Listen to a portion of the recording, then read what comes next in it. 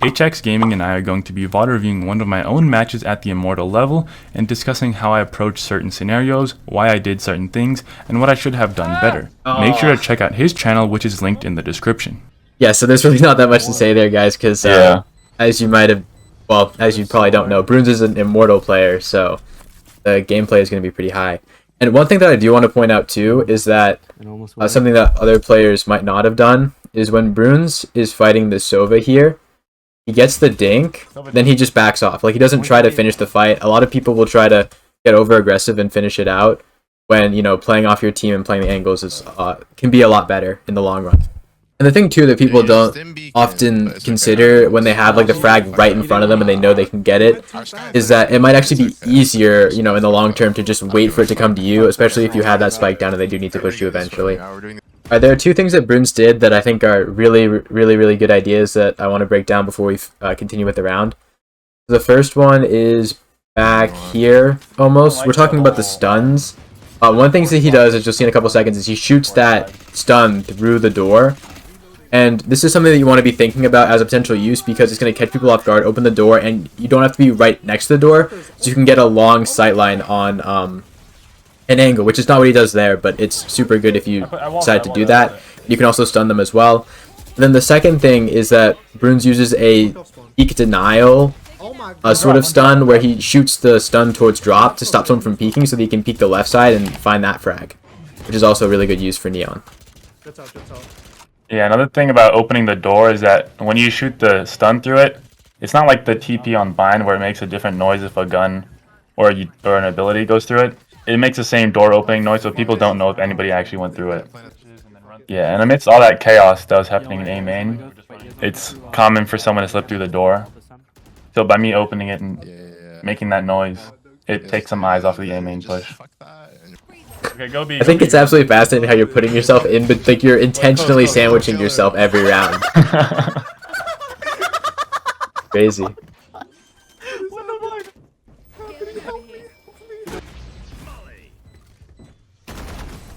I think the other noteworthy thing about that round too is your friends were willing to play like together in one spot. I think that's frowned upon a lot in some ranks, but it's definitely a good strategy if you're able to watch each other's backs and really like secure a good angle on the spike. It's also like a way to shield Brim when he has his ult, just to not let him take the first fight. Because if he was playing tower alone and the enemy pushed it and killed him, then we don't have that Brim ult to secure the round. Also, make sure to join the community Discord and follow my Twitch where I stream high-level games very often and do on-stream VOD reviews as well. Flash yourself. Okay, I'm seeing a severe. And then funneling too is the other thing that's present here. If you're gonna come for drop on this map, you really don't want to have 3 people or 4 people like up here on the one spot because it's so hard to just jump all out. They can just 1, 2, 3, 4 all of you guys with like a 1 spray. And with Cypher here too, I think the Cypher might have done this, but if you throw a cage on the top of the drop and you trigger it, it's going to cover the bottom too, so you can fall down. And I'm going to go over this in a future video, but you can also do a smoke trick where as you run out, you can throw a smoke that covers the top, and then as it falls, you can fall with it and get onto the site that way without being spotted. You have a couple options depending on which agents you have access to.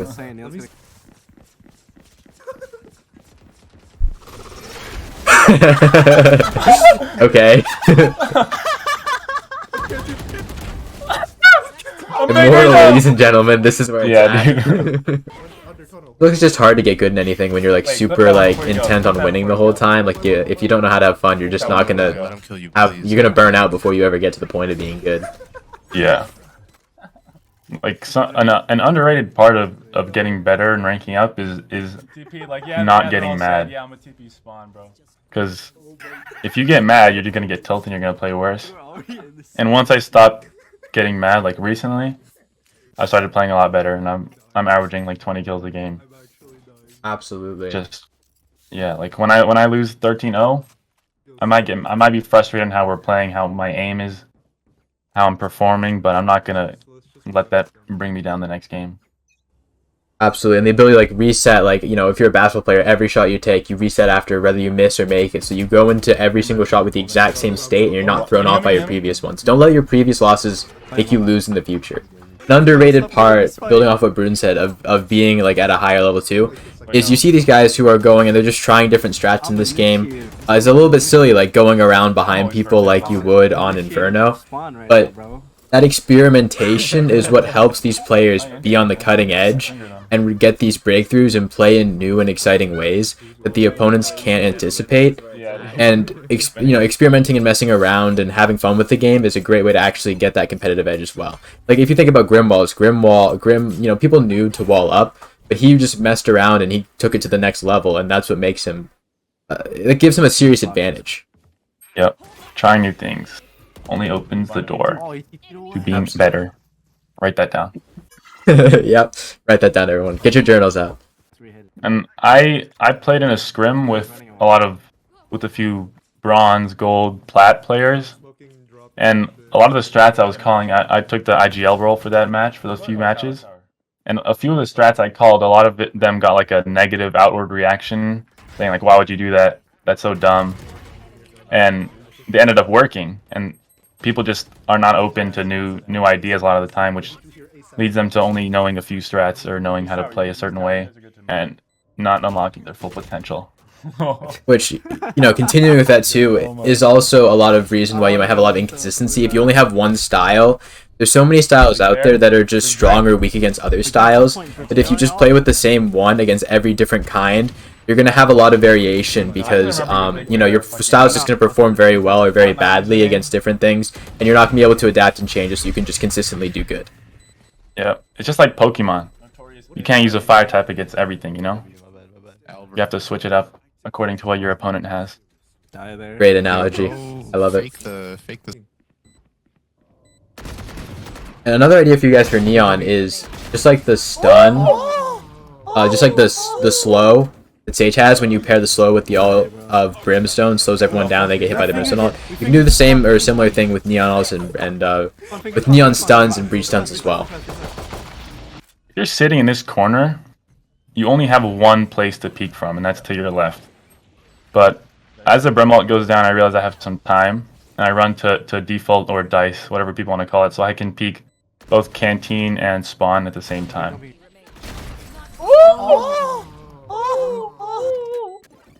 What the fuck is that guy? Again. We finger to spawn. And that too, I think it's a really good example of how to play a close angle like that. If you see, he comes up on dice here, and when he swings out like horizontally. But basically, he comes out like almost static. Like he walks directly to his right. His crosshair's not really lined up. But that's kind of how you have to play a close angle because of the geometry. The opponent's going to see you first. So by wide swinging, he can displace the crosshair, and then he just kind of has to flick. And that might be technically a disadvantage. It has its advantages and disadvantages, but it's definitely how you want to play one of these close angles. You don't want to be slow peeking out of something where they're going to see you first, because they'll just headshot you or tap fire you before you can get the drop on them. So they would have a significant advantage unless you played in the way that Bruins did there. I just wanted to see if he had the RGX. He was lying on me, but apparently he wasn't. I don't have RGX. I have it, but not equipped. What? What's wrong with you, man? Seriously, that's the biggest tip in this entire video. Equip the RGX if you have it. Why would he put Prime over RGX? He should get demoted just for that. I mean, it's a form of engagement. Absolutely. On site. Okay, that's something that I want to talk about too. So, what was your thought process with that dash there? I thought my team was closer behind me, which is my fault. I thought they were coming with me, but I seem to forget that Neon runs faster, and her slide is even faster than how fast she runs. So my team wasn't that close to me. But sliding when you go onto site, clearing a lot of angles is very helpful, because it's really hard to hit a sliding Neon because she's going super fast and she's at a crouched head level, or even lower than that. But I just didn't have my team to back me up, which I thought I did. Also, if you do decide to do that, usually you should buy a Phantom because you can get more shots off faster. And it's hard to be accurate with your first shot when you're sliding, moving really fast, aiming to your side. So I usually like to buy a Phantom if I neon slide. They all walk with their back. And then to add to that, a lot of people will say like never jet dash at people, never slide at people. I don't know if that was calculated. That's why I asked the question. But you need to be when you're thinking about like neon and everything, and jet and raise and closing that distance, you need to be quite careful about where you think the opponents are, and with your team you need to be aware of where your team is. So if you're Jet, you're gonna dash forward, and I've heard a lot of randoms in games say things like, "Why weren't you guys with me?" when they were the ones who opened that gap up between them and their team.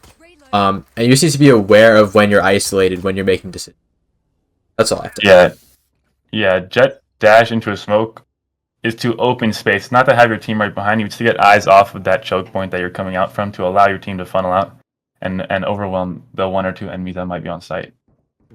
That's similar to what a neon wall does as well, as you can take the eyes off of that first choke point and make sure that they have to look at multiple places. Yeah. A Jet dash, neon run and slide, and a raised double satchel all create space for the 4 other players on your team to push out onto site.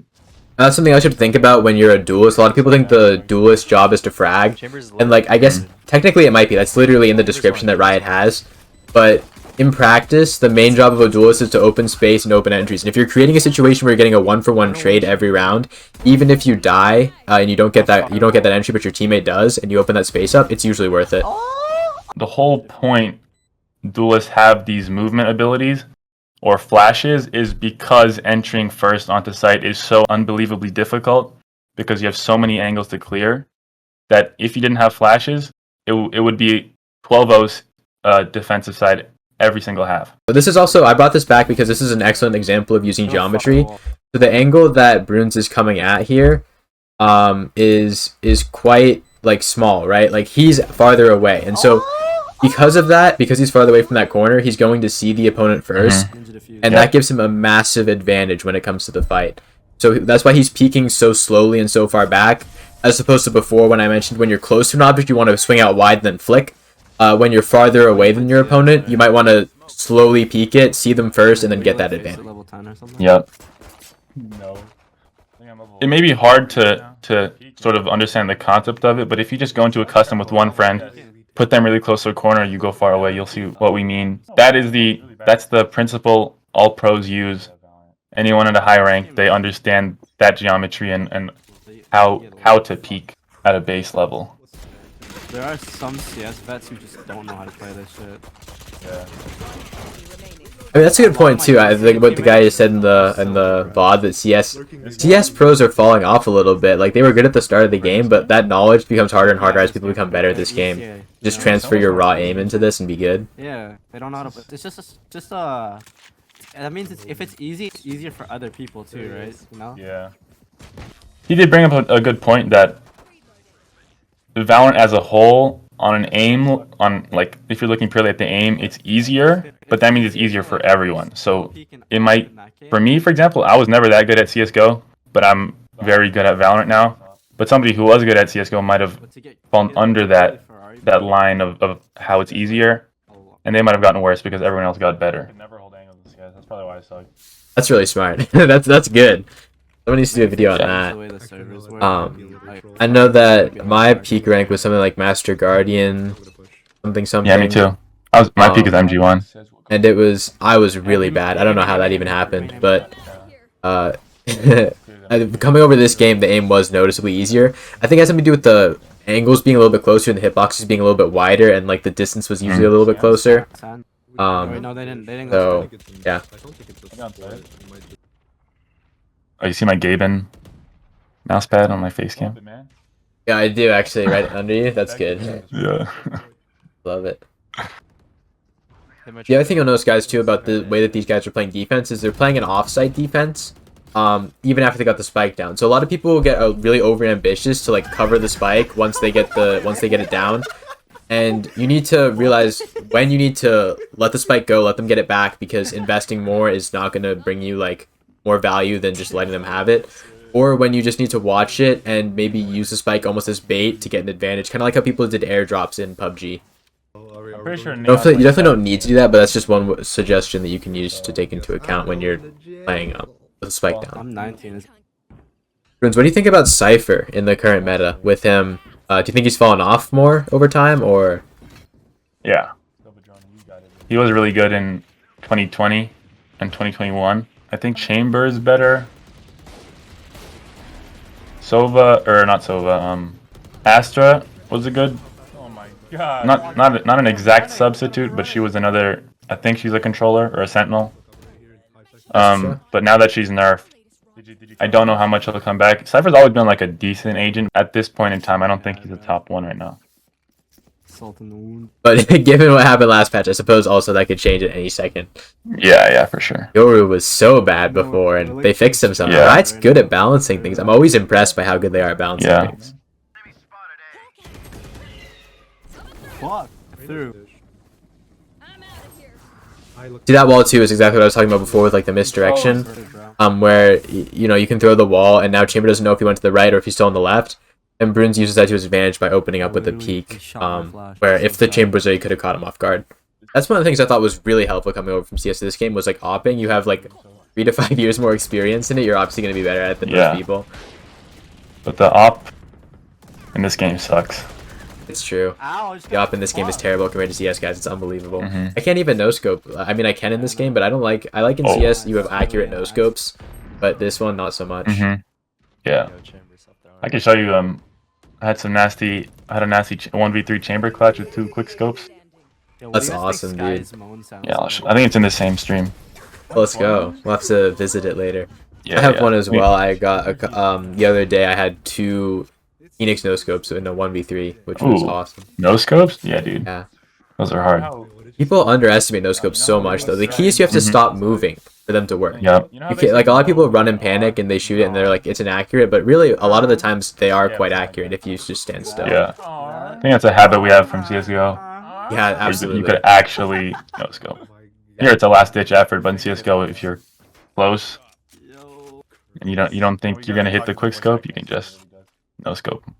Absolutely, and like that might not come in handy that often, but when it does, it's certainly better than like throwing your gun in the air, like jumping and hoping they miss you. You know? Yeah.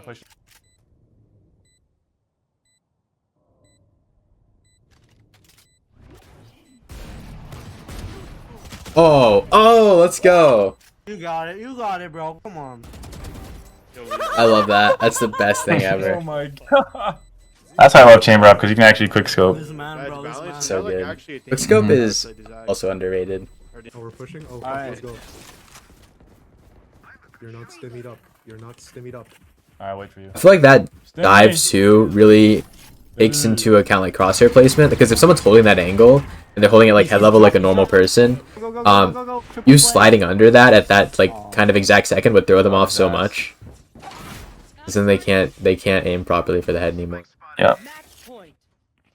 That's, I think, one of the best things about Neon Slide is that it completely eliminates good crosshair placement.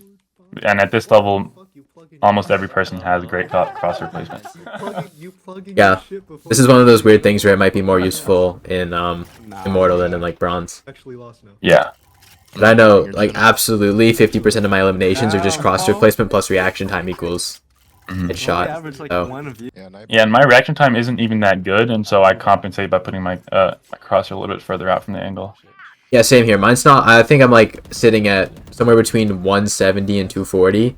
I'm actually writing a reaction time video right now, so this is why it's fresh in my head. Nice. But a lot of what the way that reaction time works is that it's not like direct translation, raw reaction time to like practical reaction time, like someone appearing on your screen. But if you have the right techniques, you can avoid slowing yourself down in other ways that people are slowing themselves down, and then you can get it looks like you have a fast reaction time when you're really not that fast. I'll talk about it more in the video if you guys are interested. I can link that in this description.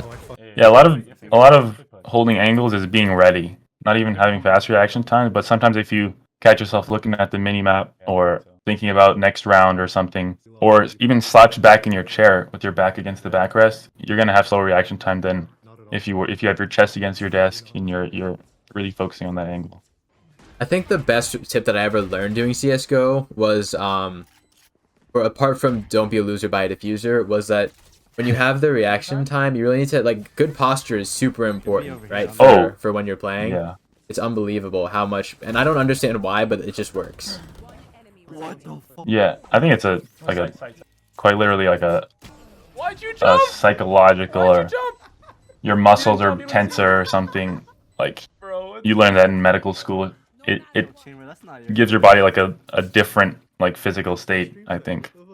Yeah, dude. I'm not really sure though. I'm not a doctor. Why'd you put that in all chat? Not a doctor yet. Are you studying medicine? No, I don't want to be a doctor. I don't I either. don't know. Yeah, it seemed like too much work. I just want to play Valorant. One of our teammates thought we won that, so we put my duo's Twitch in chat, in all chat. Oof. And then kind of went downhill. We're not. Don't peek anything. Don't peek anything, guys. By the way, if we lose, You can see here I'm telling them don't peek anything because It's all good. giving them a pick right now is it's okay. they have momentum and they're talking in team chat. I can hear it right now. They're saying, guys, we're gonna make a comeback right here. He put his Twitch in chat. He's stupid. And we're gonna win. And I said don't peek anything, brother. Cypher did exactly what I said not to. Which is a common occurrence. Yeah, and that, I mean, that brings up another good point too that I learned from sports and things is when your opponent has the momentum, what you need to do is slow the whole game down and make everyone kind of play the game methodically, and you can kind of reassert your momentum at that point.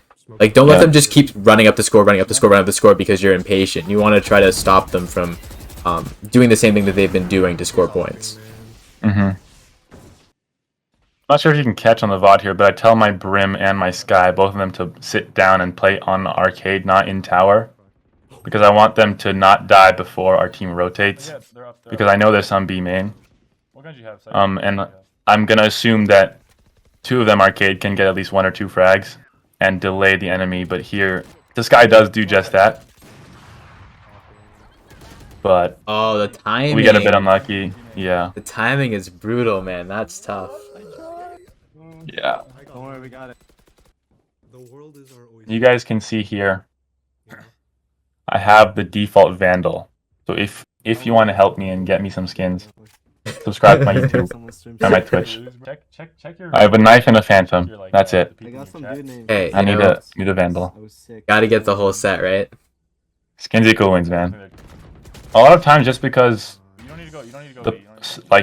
an angle doesn't get peeked out from, people assume it's clear, and that is never the case. You have to always full clear something, especially in a tight game like this where it really matters.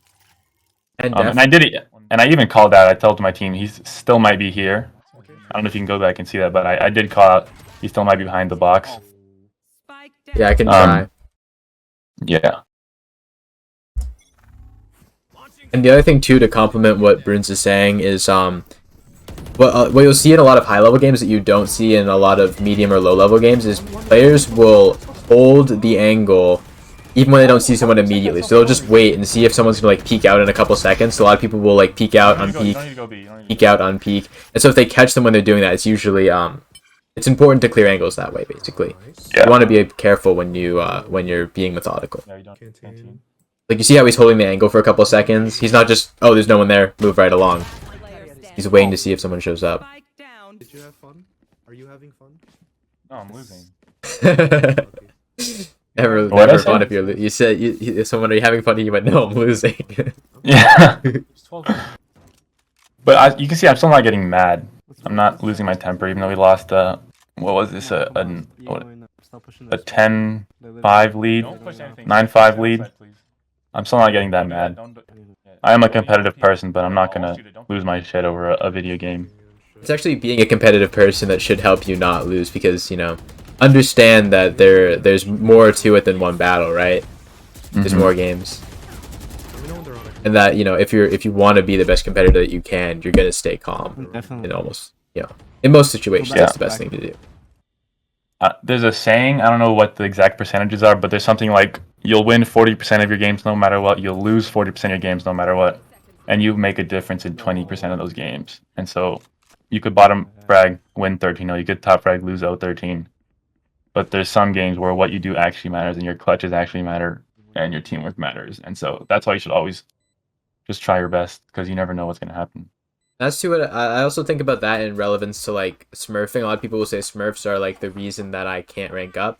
When those make 10 to 20% of your games, that you, unless you know, have something in your back pocket, which, you know, we can talk about. I have a video on that and stuff. But unless you have something in your back pocket, you're just gonna lose that game, and that's fine. Like, you're gonna lose some games for sure. You're gonna win some games for sure. But that doesn't mean that you can't rank up and overcome that obstacle by winning, you know, 80% and just overpowering those, but just sheer number of games that you win compared to those that you lose. Because let's say you win 55% of your games and you lose 45. The more games you play, the more that number leans to your advantage.